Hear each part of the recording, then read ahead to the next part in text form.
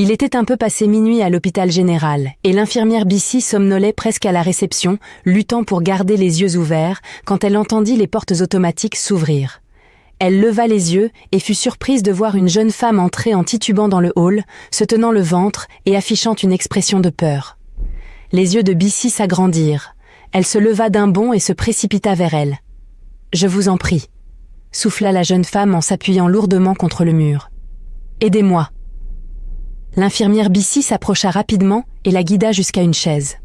« Mademoiselle, ça va ? Que s'est-il passé ?» La jeune femme essaya de reprendre son souffle. « Veuillez appeler le médecin », parvint-elle à dire, la voix tremblante. « Il vaut mieux voir que d'expliquer. » Bissy échangea un regard inquiet avec une autre infirmière qui venait d'arriver en entendant le bruit. Sans perdre une seconde, elle prit le téléphone et appela le docteur Ennis, la médecin de garde cette nuit-là. Le docteur Ennis était dans son bureau, feuilletant des dossiers de patients lorsque l'appel arriva.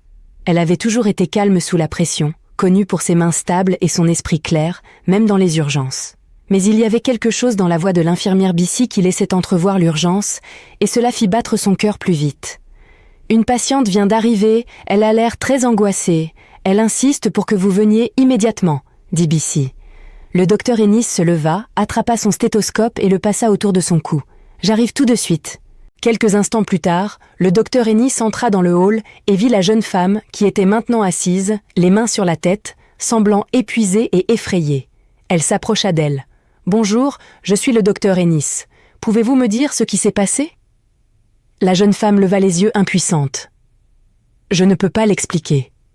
Vous devez juste voir par vous-même, » murmura-t-elle. « S'il vous plaît, dépêchez-vous. » Le docteur Ennis pouvait voir la terreur dans ses yeux. Elle hocha rapidement la tête et aida la jeune femme à se lever. « D'accord. Allons vous examiner dans la salle d'examen. » Le docteur Ennis guida doucement la femme pour qu'elle s'allonge sur la table d'examen. Elle remarqua que la jeune femme tremblait, ses doigts agrippant le bord de la table si fort que ses jointures blanchissaient. « Prenez une profonde inspiration, » dit doucement le docteur Ennis. « Pouvez-vous me dire votre nom ?»« Angela. Je m'appelle Angela, » répondit la jeune femme. Le docteur Ennis hocha la tête, essayant de l'apaiser. « Angela, je vais faire un rapide examen pour comprendre ce qui vous cause autant de douleur. Pouvez-vous me dire où cela fait mal ?» Le visage d'Angela se baissa, et elle hésita avant de finalement désigner son bas-ventre. « C'est là-bas, » murmura-t-elle avec embarras et peur. « S'il vous plaît, juste regardez. » L'expression du docteur Ennis resta calme et douce, tandis qu'elle se préparait pour l'examen. Mais au moment où Angela écarta les jambes, le docteur Ennis recula, horrifié. Elle ne s'était pas attendue à ce qu'elle voyait et n'était pas prête à cela. « Oh mon Dieu !» murmura-t-elle, incapable de croire ce qu'elle voyait. Il y avait de minuscules asticots blancs se tortillant dans la zone la plus sensible d'Angela, un spectacle si étrange et contre nature que le docteur Ennis sentit un frisson lui parcourir l'échine. Le visage d'Angela se crispa alors qu'elle commençait à sangloter, agrippant la main du médecin. « S'il vous plaît, docteur, aidez-moi. Je ne sais pas ce qui m'arrive. Je ne veux pas mourir. » Le docteur Ennis prit une profonde inspiration, se forçant à retrouver son calme. Elle avait vu d'innombrables cas d'infection et de maladie, mais c'était différent de tout ce qu'elle avait jamais rencontré. « Angela, je vais faire tout mon possible pour vous aider, mais il faut que vous soyez forte, d'accord ?» Angela hocha la tête malgré ses larmes, et le docteur Ennis se mit au travail.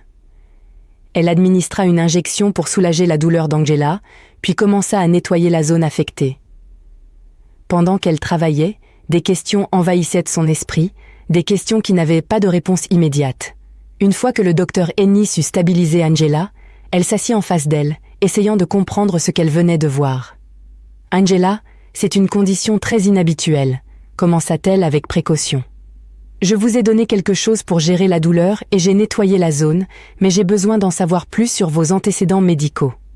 Quand avez-vous remarqué quelque chose d'inhabituel pour la première fois ?» Angela essuya ses larmes, essayant de se ressaisir. « Ça a commencé il y a environ 5 jours. J'ai remarqué une odeur étrange et je me sentais mal à l'aise.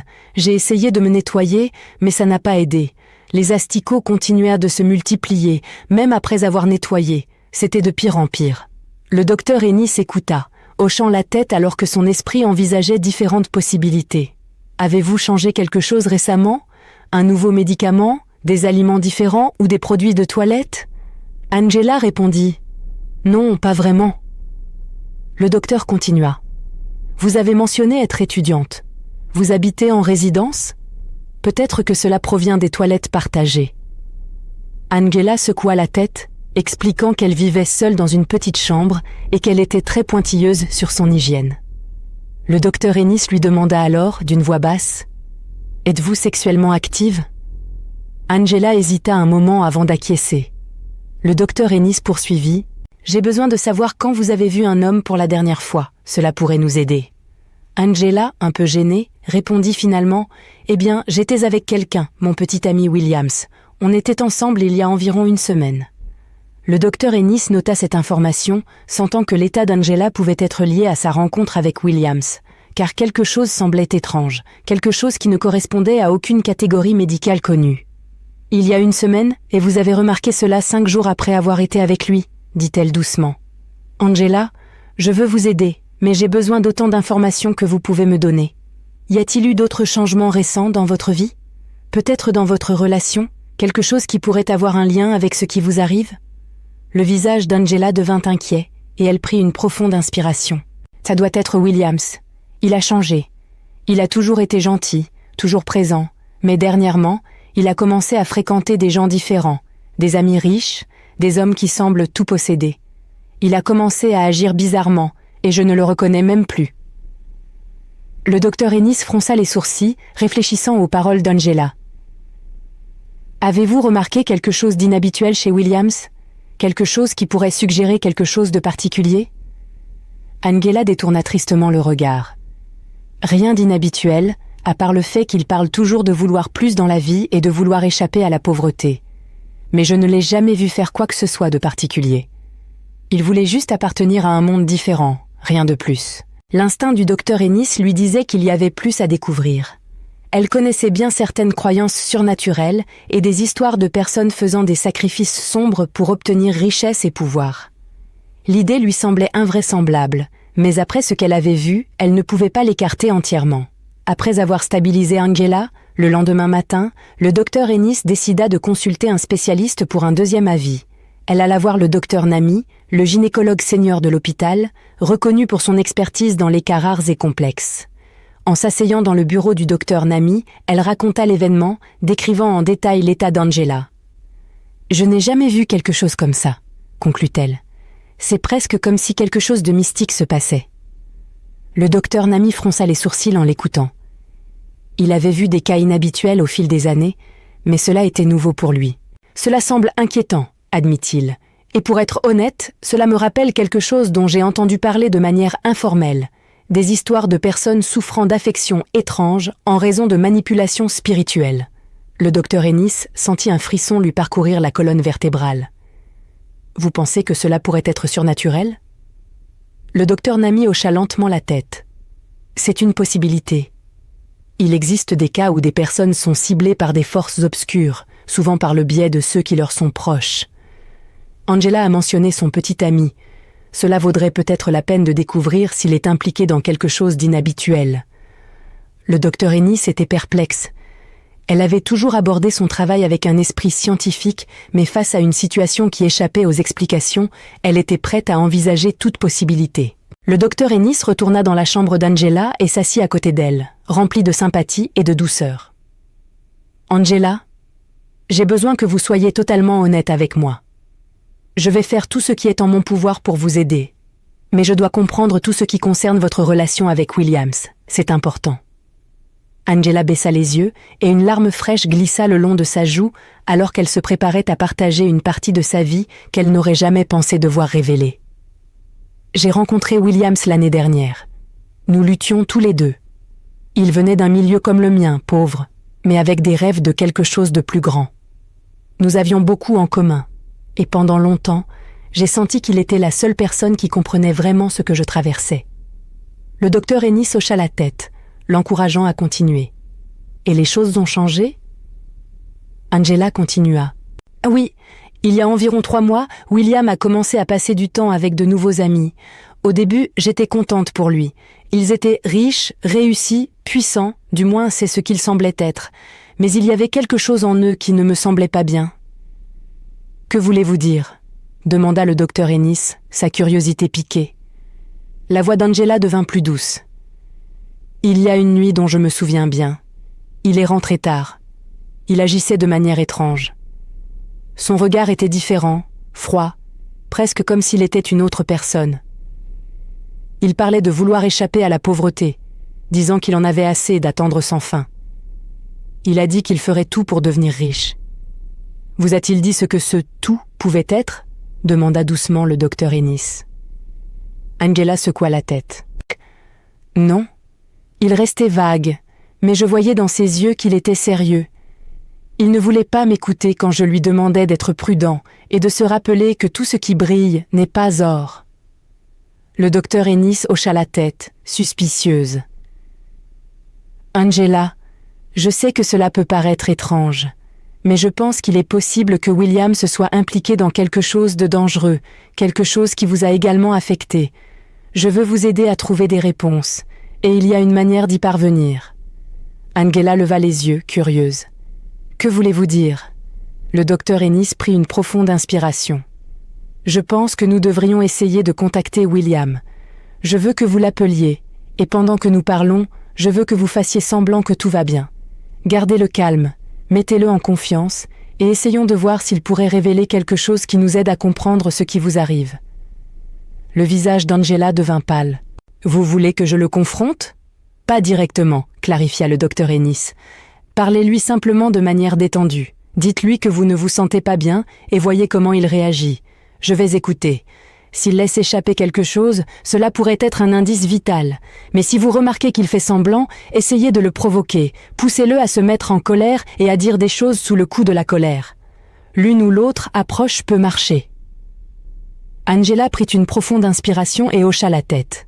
D'accord, j'essaierai. Je ferai tout ce qu'il faut. Le docteur Ennis lui donna un petit enregistreur, lui disant de le garder à portée de main. Elles composèrent le numéro de William et Angela porta le téléphone à son oreille, s'efforçant de rester calme alors que la ligne sonnait. Après plusieurs sonneries, la voix de William se fit entendre, détendue et indifférente. « Angela, qu'est-ce qu'il y a ? Je ne m'attendais pas à un appel de ta part. » Angela serra le téléphone nerveusement. « Salut William, je ne me sens pas très bien ces derniers temps. Je voulais juste prendre de tes nouvelles. »« Tu ne te sens pas bien ?» demanda-t-il d'un ton froid. « Que veux-tu dire ?» Angela cligna des yeux, essayant de garder un ton détendu. « C'est difficile à expliquer. J'ai des symptômes étranges, des choses bizarres. Je pensais que tu pourrais savoir quelque chose. » Il y eut un silence à l'autre bout de la ligne, et Angela devint de plus en plus nerveuse, avant que William ne se mette à rire, un son creux. « Angela, ne sois pas ridicule. Si tu te sens malade, repose-toi, c'est tout. » Mais Angela insista, gardant son ton mesuré. « Mais William, ces choses sont apparues après que nous avons été ensemble la semaine dernière. Je ne comprends pas, et je pensais que tu pourrais savoir. »« Angela, » l'interrompit-il d'une voix froide, « tu poses trop de questions. » Elle pouvait entendre l'indifférence dans sa voix, le manque d'empathie pour sa souffrance. Il était évident que quelque chose en lui avait changé. « William, s'il y a quelque chose que tu ne me dis pas, je t'en prie, j'ai besoin de savoir, » implora-t-elle. « D'accord, tu veux la vérité ? J'en avais assez de vivre comme un rien, Angela. Je voulais plus. J'avais besoin d'une porte de sortie, et il se trouve que tu étais là au bon moment. » Le souffle d'Angela se coupa. Ses pires craintes se confirmèrent. « Qu'est-ce que tu m'as fait, William ?» La voix glaciale de William résonna à travers le téléphone, cruelle et impitoyable. « Rien de personnel, Angela. Disons simplement que tu m'as été utile. Certains d'entre nous veulent tant plus dans la vie. Alors, tu as été mon sacrifice. » Les mains d'Angela tremblaient alors qu'elle tenait le téléphone. Elle avait cru le connaître. Elle lui avait fait confiance de tout son cœur, et voilà qu'il l'avait transformé en un pion dans son jeu tordu pour la richesse. Le docteur Ennis, qui avait écouté la conversation, lui adressa un signe de tête rassurant, lui indiquant qu'elle avait tout enregistré. Angela termina finalement l'appel, toujours sous le choc de la trahison. Le docteur Ennis était désormais convaincu que l'affliction d'Angela dépassait le domaine de la médecine physique. Elle décida alors d'emmener Angela auprès de quelqu'un qui pourrait l'aider à comprendre et, espérons-le, à renverser les forces sombres qui l'avaient piégée. Elle l'emmena à son église pour rencontrer le pasteur Elia. Alors qu'Angela racontait son calvaire, le pasteur Elia écoutait attentivement, hochant la tête au fur et à mesure. « Angela, tu es la victime d'un rituel. Ce que tu traverses est le résultat d'un échange spirituel sombre, quelque chose que William a initié sans que tu le saches. Il ne te reste que 5 jours à vivre, car le sacrifice a réussi. Mais sache qu'il existe un moyen de briser cela. » Les yeux d'Angela se remplirent de larmes. « S'il vous plaît, pasteur, je ferai n'importe quoi. Je veux juste être libérée de cette malédiction. » Le pasteur Elia assura. « Il y a de l'espoir, Angela. La puissance de Dieu peut vaincre toutes les ténèbres. Je veux que tu commences à prier les psaumes dès maintenant, surtout à minuit, quand la prière est la plus puissante. Commence par le psaume 35, le psaume 91 et le psaume 109. Ce sont des prières de protection et de délivrance. » Il pria ensuite pour elle, avant de la raccompagner à l'hôpital. Cette nuit-là, Angela s'assit sur le sol de sa chambre d'hôpital, une Bible sur les genoux. Elle ouvrit le psaume 35 et commença à prier. « Seigneur, lutte contre ceux qui luttent contre moi, combat ceux qui me combattent. » Les mots résonnèrent dans la pièce silencieuse, emplissant l'air d'une énergie paisible et étrange. Elle continua avec le psaume 91, ressentant une chaleur l'envelopper alors qu'elle prononçait les mots de protection et de foi. À minuit pile, elle termina avec le psaume 109, priant ardemment alors que son âme cherchait la délivrance. Miraculeusement, quelques jours plus tard, l'état d'Angela commença à s'améliorer. Les asticots disparurent et la douleur s'atténua. Le docteur Ennis et le pasteur Elia furent étonnés par ce changement, sachant que quelque chose de surnaturel s'était produit. Quand elle fut plus forte, Angela, accompagnée du docteur Ennis, se rendit à la police avec l'enregistrement de la confession de William. Ils déposèrent un rapport et les autorités lancèrent immédiatement une enquête. À leur arrivée à l'appartement de William, ils trouvèrent une scène inquiétante. William avait perdu la raison. Il était assis dehors, l'air désorienté, vêtu de vêtements en lambeaux, balbutiant des mots incohérents. C'était comme si les ténèbres qui l'avaient libéré s'étaient de retourner contre lui, le consumant de l'intérieur. Les agents l'immobilisèrent rapidement et l'emmenèrent. Quelques jours plus tard, Angela fut autorisée à quitter l'hôpital. Avant de partir, elle alla dans le bureau du docteur Ennis. « Je ne sais pas comment vous remercier, docteur. Vous m'avez sauvé la vie de bien plus de façons que je ne peux le dire. Angela, je n'ai pas fait cela seule. Tu as été suffisamment forte pour affronter ce qui s'est passé et assez courageuse pour nous faire confiance. Tu as pris les mesures pour te libérer. » Angela soupira, se sentant à la fois soulagée et reconnaissante. « Je n'aurais jamais cru survivre, surtout après avoir réalisé ce que William m'avait fait. Je lui faisais confiance, je croyais en lui, et il m'a trahi de la pire des façons. » Le docteur Ennis lui sourit doucement. « La trahison peut être profonde, mais elle ne définit pas qui tu es. Tu es bien plus que ce que tu as traversé. Tu as un avenir. » Remplie d'espoir, de guérison et de possibilités, Angela hocha la tête. « Je me sens différente, plus légère, comme si un nuage sombre s'était dissipé. » Angela et le docteur Ennis se rendirent au poste de police pour faire le suivi de l'affaire. Elles apprirent que William avait été officiellement inculpé et que les preuves fournies par Angela avaient été cruciales pour le traduire en justice. L'enregistrement de sa confession et les témoignages du docteur Ennis et du pasteur Elia avaient dressé un portrait clair de ses intentions, ne laissant aucune place au doute. Les agents informèrent Angela que William serait jugé et que ses actions ne resteraient pas impunies, mais qu'il serait d'abord placé dans un hôpital psychiatrique de la police jusqu'à ce qu'il retrouve ses esprits. Angela reprit ses études, se sentant plus forte et plus concentrée que jamais. Elle retourna à sa vie, déterminée à tirer le meilleur parti de cette seconde chance qui lui avait été offerte. Elle se promit également de construire une relation intentionnelle avec Dieu et de ne jamais s'engager dans une relation sexuelle avec un homme tant qu'elle ne serait pas mariée. Elle continua de garder contact avec le docteur Ennis, qui était maintenant comme une sœur aînée pour elle. Merci d'avoir regardé cette histoire. Si vous avez aimé cette histoire, partagez vos impressions dans les commentaires et mettez un pouce bleu. Partagez également avec votre famille et vos amis et abonnez-vous à cette chaîne. Merci et restez bénis.